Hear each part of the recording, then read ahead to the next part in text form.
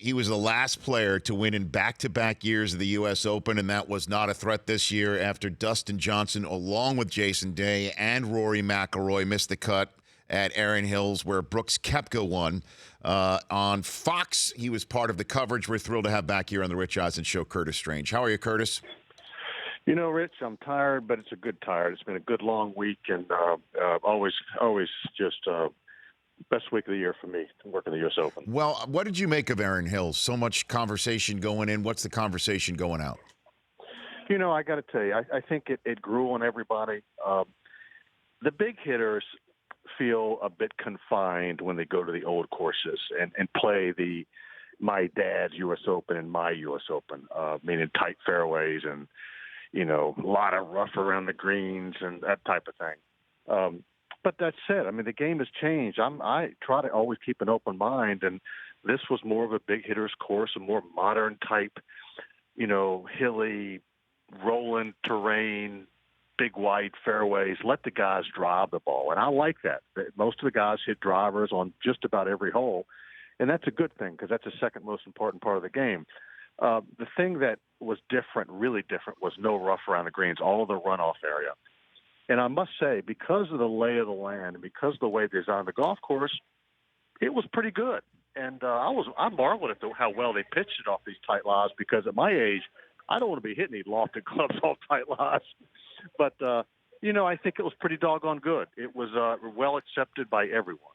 Well, that said, though, I'm just, from my perspective, as you mentioned, you know, your U.S. Open course, your dad's U.S. Open course, I was sitting there watching the big hitters just smoke it a million miles. And as a player, I'm thinking to myself that, you know, it's difficult to relate to it. I'll be very honest with you. And I missed the Corey Pavin 4-wood approach on 18 at Shinnecock, where I see stuff like that. I miss seeing players like that have a shot at the U.S. Open. And I don't know if there's going to ever be a player that has a shot like that at the U.S. Open again. Well, Curtis. we had a guy like that I was with the last 2 days, Brian Harmon. Now, certainly was longer than Corey Pavin in the day, but it's all relative because of the ball of the clubs. Sure. Wonderful, wonderful player. It's the first time I'd seen him up close play 18 holes. I've seen him hit balls. And just a wonderful player. It's going to have just a long, successful career on the PGA Tour. But Erin Hills has got him. It's just, when you're giving up 40 and 50 yards to Koepka and Johnson and Justin Thomas yesterday on most occasions, you can beat them, but you better be damn exact, and you better be Hogan-esque. And it's tough to do that, especially when the wind blew yesterday. And he had a marvelous tournament. He actually played a good round yesterday, but, you know, Koepka just beat everybody. And in terms of Koepka, how sustainable do you think his success might be after that first major win? Well, I think he will continue to improve. He's improved at every level. He's a hard worker. If you look at his history, you know, he was 4 or 5 years on the European tour. He developed over there. He got to the tour. He's developed just as, you know, learn as you go. And as long as you continue to learn, and he's like that. He's a very quiet guy. And you know, he's the guy. He grew up as a baseball player, and I'm one that wants my kids to play all sports growing up because I think it develops all parts of their bodies, their mind, everything. I think that's part of him that's going to make him damn good in the future. And what made him damn good yesterday, the pressure builds, and he looks like to me, Rich, a baseball analogy. If he's in the batter's box and somebody throws at his head, he ain't ducking out of the way. But you know, he's a tough guy. He's a big, strong guy, and this golf is easy compared to what he did in other sports.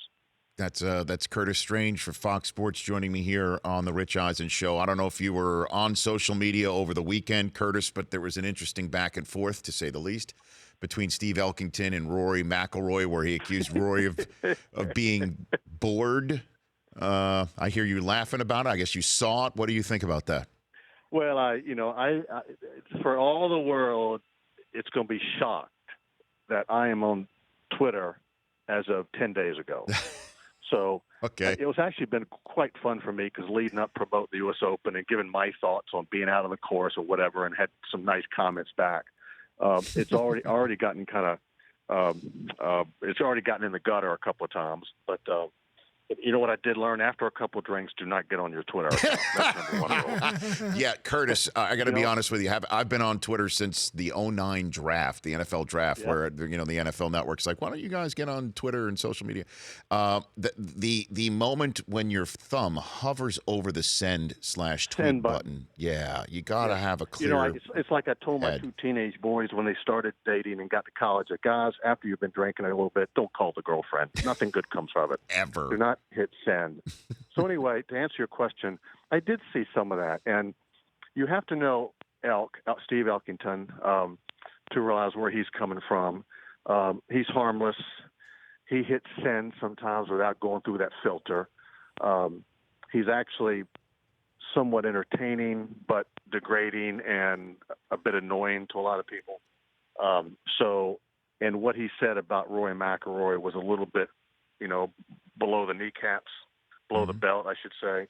But Rory, what I've seen Rory, and even before I got on Twitter account, he responds very well.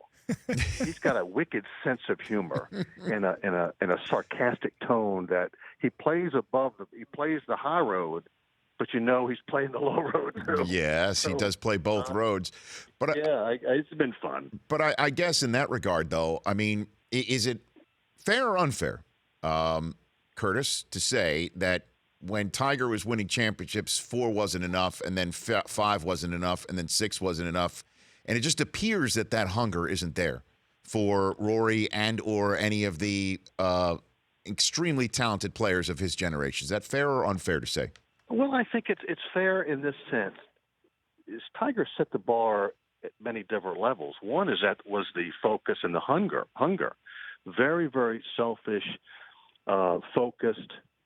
And I mean the selfish word in a good way.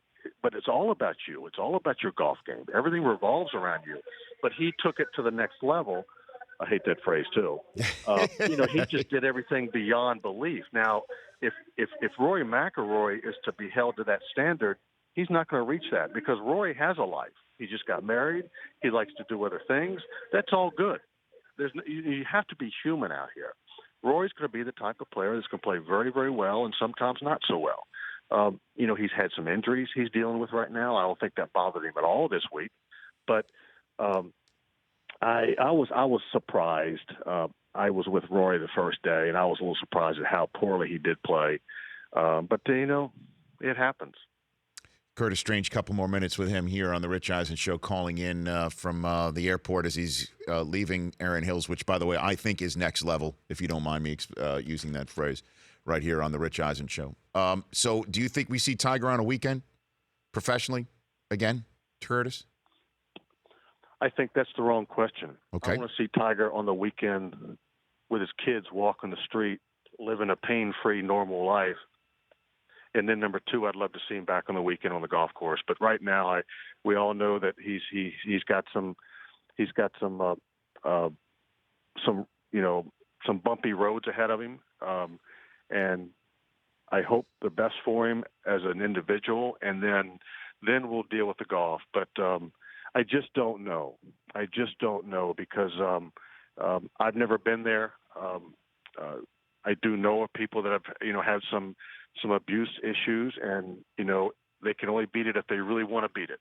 And I hope he really wants to beat it for his family's sake, for his sake, and then once again, the golf is later on down the road.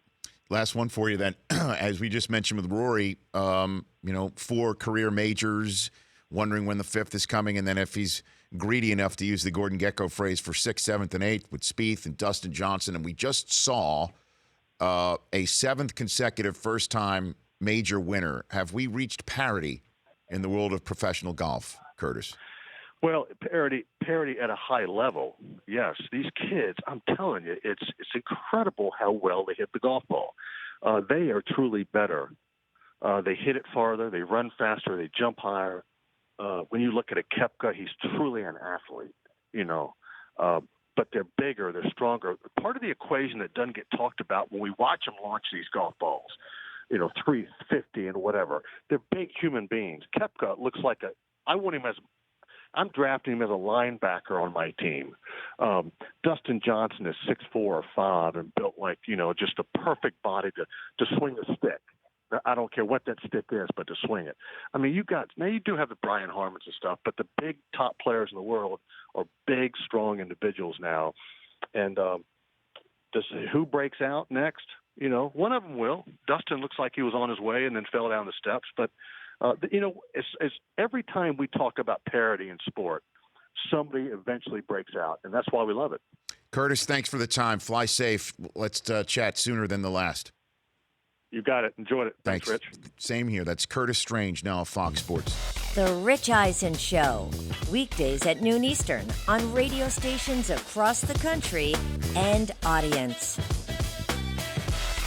If you like that, please download our app. There's lots of fun things there other than just more of the videos you just saw. You can call us from the app. You can email us from the app. Just download it. Trust me, you'll enjoy it.